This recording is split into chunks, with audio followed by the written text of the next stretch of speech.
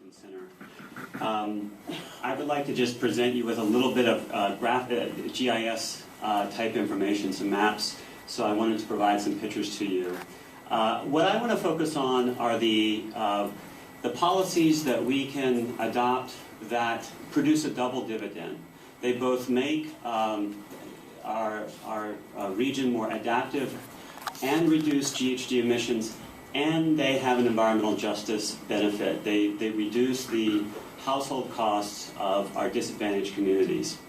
And so I want to come back to the bread and butter of climate change: energy efficiency, water efficiency, and clean, efficient transportation.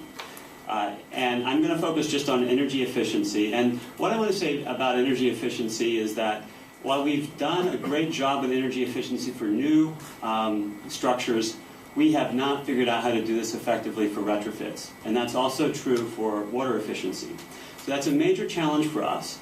Why do these three things help disadvantaged communities and households?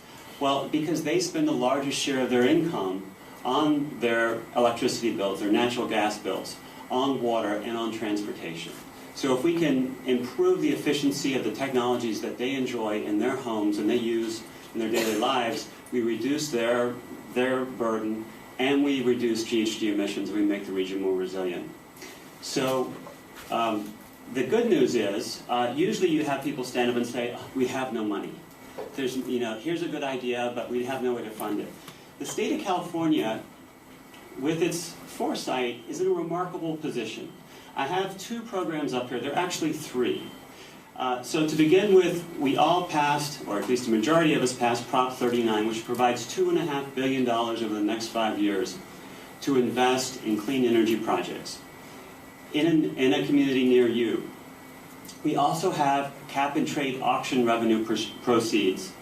And under SB 535, we're required to spend 25% of those on disadvantaged communities. And then also, if you happen to live in an industrial-owned utility territory, there's a third program, the EPIC program, which is now generating new revenues that can also be spent on energy efficiency and clean energy. So we have the funds, and I would submit to you that energy efficiency and clean energy are really the central goals. Now, under SB 535, what you can see here are OEHA, which is the state agency which is responsible for identifying disadvantaged communities. You can see in the darker the brown, the more disadvantaged the community. And the LA region is unique in the state. If you look at the Air Resources Board's mapping of the top 10% most disadvantaged communities, many of them are in the Central Valley.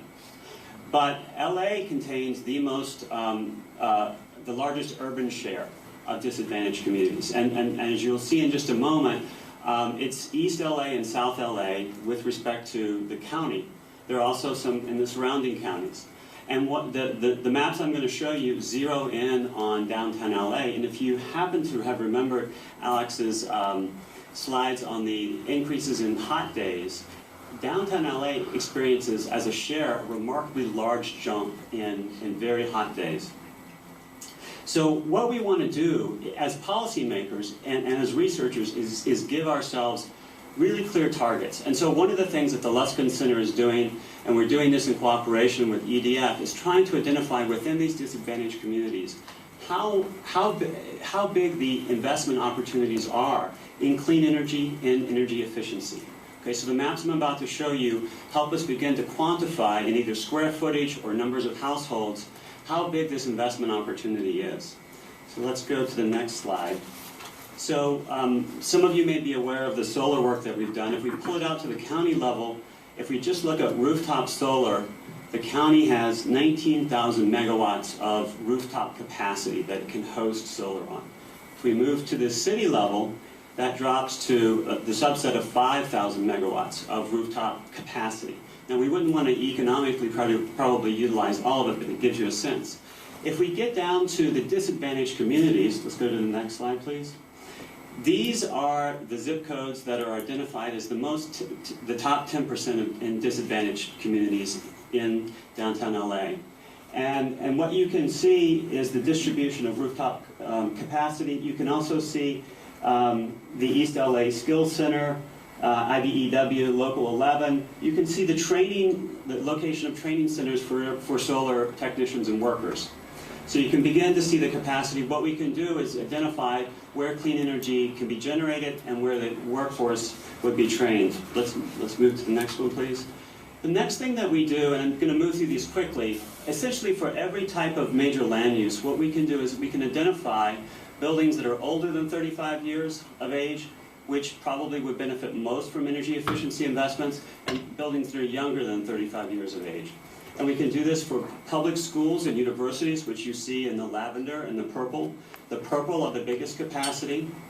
Other municipal buildings, which also tend to be highly inefficient, are the dark blue, those are greater than 35 years, the light blue, younger than 35 years. And what you're going to see as I quickly move through these maps and wrap up is, not surprisingly, these disadvantaged communities have the oldest buildings on average. And they have there's a huge opportunity for investment in clean energy and energy efficiency. So these are schools and public buildings. Here's industrial commercial. Right? A lot of these communities in the urban areas have a large number of industrial commercial buildings. And again, we can take this and we can communicate to the policymakers what the benefits at the local level are. Let's move on. Multifamily housing is going to be incredibly important to us in particular, because unlike some of the rural areas which have disadvantaged households that live in single-family homes, we have disproportionately 85 to 90% of our disadvantaged households live in multifamily. So figuring out how to retrofit multifamily and share those cost savings with those households reduces our GHG emissions by reducing energy consumption and reduces their monthly electricity bill. Let's move to the next one. The same kind of analysis can be done for single-family homes. And again, what we see is most of the structures in these neighborhoods are older than 35 years. And we can even provide more refinement and help local planners think about exactly what parcels to go to for different types of land use. Last slide. So what we're trying to do is take the call to action and the new scientific information that Alex is providing us with and really get down not just into the neighborhood level, but to the parcel level. Who do we target and what are the benefits? And how can we communicate the size of those investment opportunities to the communities themselves, to their state senators, their assembly people, to state officials, so that we can begin to conceptualize what the size of the benefits are if we can act. Thank you, guys.